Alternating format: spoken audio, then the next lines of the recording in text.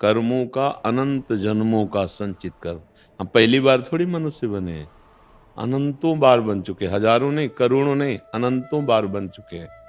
वो संचित कर्म से, जैसे अपने गोदाम से आज के खाने के लिए हम जो अन्न निकाले उसे प्रारब्ध कहते हैं। ये जो शरीर बना था जो, तो ये दो कर्मों से मिश्रित बना हुआ है। जैसे केवल पुण्य ही हो तो देव शरीर प्राप्त होगा, केवल पाप ही हो तो नरक की गति प्राप्त होगी। पाप और पुण्य पूरे नहीं, उस संचित गोदाम से केवल एक शरीर की रचना के लिए कुछ निकाल दिए गए। उस कुछ में वो दुख सुख भोगता हुआ, अब वो क्रियमाण क्या करता है? क्रियमाण करने का अधिकार केवल मनुष्य को है। ये बहुत काल से हम लोगों से गलती होती चली आ रही।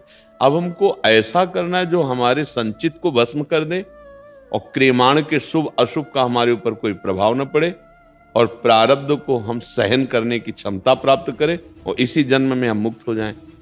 वो भगवान का आश्रय लेकर, भगवान का निरंतर नाम जप करते हुए, सारे कर्म भगवान को समर्पित करने से शुद्ध हो जाते। जैसे आग में चंदन डालो तो आग अपना स्वरूप दे देगी, और लोहा डालो तो आग अपना स्वरूप दे देगी, और कहीं विष्ठा का संयोग हो जाए तो आग उसको भी अपना स्वरूप दे देगी।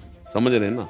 तो भगवान कह रहे हैं, ये तो सर्वाणि कर्माणि मयि सन्न्यस्य मत्परा, मेरे परायण हो जाओ और सारे कर्म मुझको समर्पित कर दो। मत्परायण का तात्पर्य होता है भगवद आश्रित। आश्रित तभी जब जिनके हम आश्रित हैं उनका चिंतन, अर्थात नाम जप, नाम कीर्तन, भगवान की लीलाओं का श्रवण, भगवान की लीलाओं का गायन, ये सब मत्परायण के अंतर्गत आता है। तो उसके शुभ अशुभ कर्म तो भस्म हुए। वर्तमान का पुरुषार्थ जो नाम जप चल रहा है और जो भगवद आश्रय हुआ, वो भगवान अहम त्वाम सर्व पापेभ्यो मोक्षयिष्यामि मा शुचा। सर्व माने सब, क्रियमाण संचित सब भगवान भस्म कर दिए और उसको भगवत प्राप्ति हो गई। समझ पा रहे ना? हाँ, अगर भजन नहीं है, भगवद आश्रय नहीं है, तो इन कर्मों में इतनी ताकत नहीं, क्योंकि ये प्रारंभ और अंत होने वाले हैं ना। कर्म, कोई भी कर्म हो, प्रारंभ और अंत होने वाला है, तो उनका फल प्रारंभ और अंत वाला ही तो मिलेगा। अनंत तो भगवान है, तो अनंत भगवान के विविध नाम हैं, विविध रूप है। हरि अनंत, हरि कथा अनंता। उस अनंत भगवान का नाम जप और आश्रय बहुत बढ़िया है। बच्चा, भव समुद्र को तैर के नहीं पार किया जा सकता, क्योंकि इतने बड़े बड़े मगरमच्छ है। काम क्रोध लोभ, भोगों का संग्रह करना, भोगना, भोगों का संग्रह करना, भोगना, बस इतने लक्ष्य है। पढ़ लिख के क्या करोगे? बोले नौकरी, अच्छी नौकरी, अच्छा व्यापार, अच्छा पैसा कमाए। पैसा क्या करोगे? बोले मौज मस्ती करेंगे, भोग सामग्री। तो ये तो जीवन जीने के लिए हुआ, लेकिन जीने का उद्देश्य क्या है? बोले पैसा कमाएंगे। फिर क्या करेंगे? फिर भोग सामग्री लाएंगे, फिर भोगेंगे। बस इतना ही चक्र जो है, ये पशुवत चक्र है, ये मनुष्य के लिए नहीं है।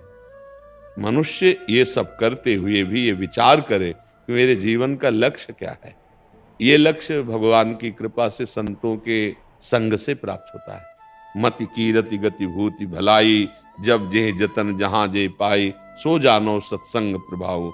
जब आप सत्संग सुन रहे हैं तो आपको पता चल रहा है मानव जीवन का लक्ष्य क्या है, हम कैसे प्रारब्ध को सहन कर सकते हैं, हम अपने क्रियमाण को कैसे सुधार सकते हैं, हम संचित को कैसे भस्म करवा सकते हैं। ये बात। तो भगवान का आश्रय लेकर नाम जप करते हुए सारे कर्म भगवान को अर्पित करने से वो शुभ अशुभ में बंधता नहीं है। वो भगवान की कृपा से, भगवान नहीं कह रहे अहम त्वाम सर्व पापेभ्यो, सब, उसमें तो नहीं कहा वर्तमान या भूत या भविष्य, ऐसा नहीं कहा। अहम त्वाम सर्व पापेभ्यो, पर किसके लिए? जो ये तो सर्वाणि कर्माणि, जो सारे कर्म भगवान को समर्पित करता है। अब यहाँ विचार करना है कि क्या पापाचरण भगवान को समर्पित करेंगे? गंदा भोग नहीं लगा सकते तो गंदे कर्म कैसे? तो हमारा अपने आप सुधार होने लगेगा कि हमको वो कर्म भगवान को नहीं समर्पित करने होते, क्योंकि जो भगवान को समर्पित किया है तो बहुत गुना बढ़ के मिलता है। अगर हम पाप समर्पित करेंगे तो